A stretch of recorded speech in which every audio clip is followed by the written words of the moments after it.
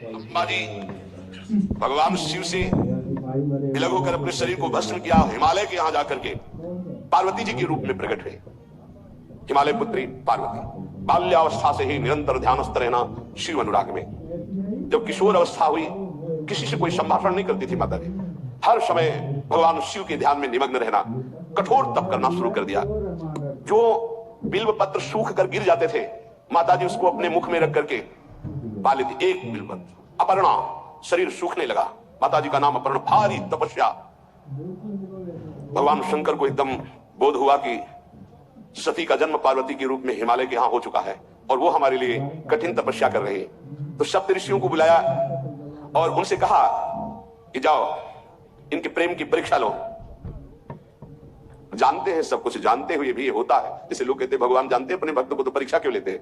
तो पढ़ाया तो टीचर ने है, तो सालाना परीक्षा तो होगी ही कि तुम क्या पढ़े हो। ऐसे ही तुम्हारे प्रेम की परीक्षा होगी। तुम हरि को चाहते हो या हरि की रची हुई माया को?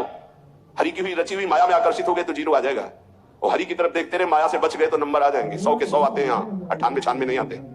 2 ही चैप्टर हैं, हरि पसंद कर रहे हो या हरि की माया। हर भक्त के सामने आता है, तो प्राय लड्डू ही खाने को मिलता है। बचता वही है जो मामे वे प्रपद्यन्ते माया में ताम तरंति थे, केवल हरि। पार्वती पहि जाई तुम प्रेम परीक्षा लेहु, गिरि पेरि पठयहु भवन दूरी करेहु संदेहु। हे सप्तऋषियों, जाओ हमारी आज्ञा है, पार्वती की प्रेम की परीक्षा लो। यदि पास हो जाए तो उनको तपस्या से निवृत्त करो। बोलो महादेव जी प्राप्त हो जाएंगे। जाओ भवन को चली जाओ, तपस्या की आवश्यकता नहीं।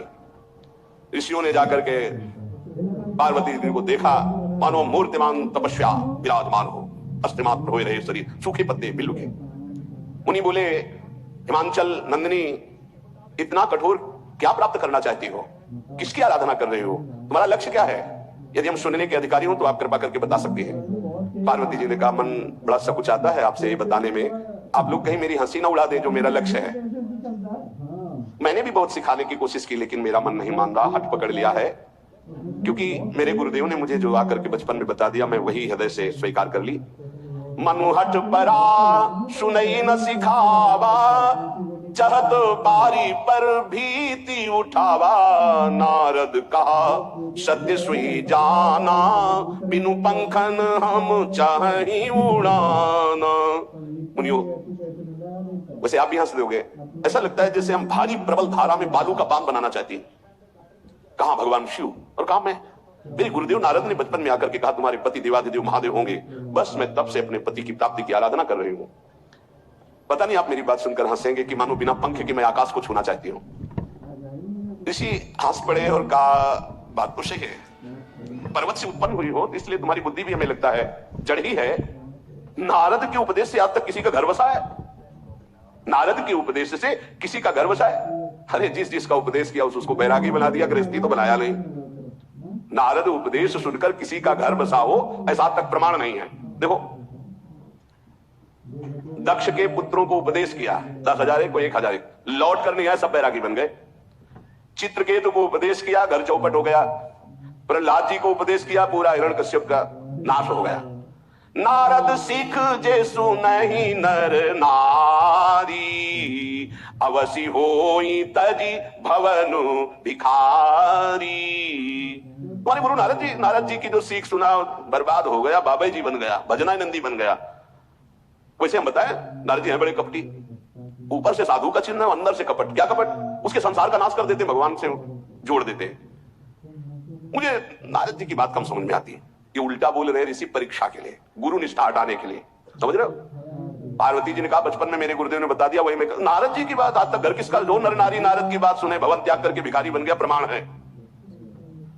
उनके वचनों पर तुम विश्वास मान रही हो? महादेव जी को पति निर्गुण नीलाज कुबेश कपाली, अकुल अगेह दिगंबर ब्याली। नारद जी ने तुम्हें भगवान शिव को पति बिल्कुल निर्गुण समझो। निर्गुण का मतलब दूसरा भी अर्थ होता है और एक अर्थ होता है कि कोई गुण नहीं। नीलाज, नंगे दड़ंगे घूमते कभी कभी। दिगंबर, कोई लज्जा नहीं। कुबेश, भाई सुंदर मुकुट लगाए हो, पोशाक पहने हो, नहीं चिता के भस्म लगाए, मुन्नों की माला पहने, बहुत बहुत बागंबर डाल लिया, ये कुबेश है। कपाली, मनुष्य के मुन्नों की माला। अकुल, आज तक कोई पता नहीं लगा कि किस कुल के हैं महादेव जी, क्योंकि सब कुलों के मूल है, मूल का मूल वही है, उनके मूल कोई है नहीं। आगे एक दीवाल नहीं है, 60,000 योजन का एक बरगद का पेड़ है, उसी के नीचे रहते 60,000 योजन, 1 योजन 4 कोस, 1 कोस 3 किलोमीटर। कितना बड़ा वटवृक्ष कैलाश में, एक वटवृक्ष जिसके नीचे रहते 60,000 योजन का। 6 ऋतुएं शोभा देती उसी वटवृक्ष के। और कोई घर तो है नहीं महादेव जी के। और आभूषण भूल मत करना, बड़े बड़े विषैले सांपों का आभूषण कोई सोना चांदी नहीं पहनते महादेव जी। हमें लगता है ऐसा दूल्हा के लिए ऐसा तप। नारद जी ने ठग लिया तुम्हें, पागल बना दिया तुम्हें। देवादिदेव महादेव के सुनो, इन्हीं ने शिक्षा दी थी।